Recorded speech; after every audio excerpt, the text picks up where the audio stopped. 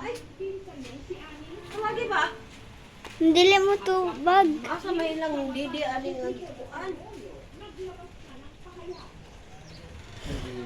May maak.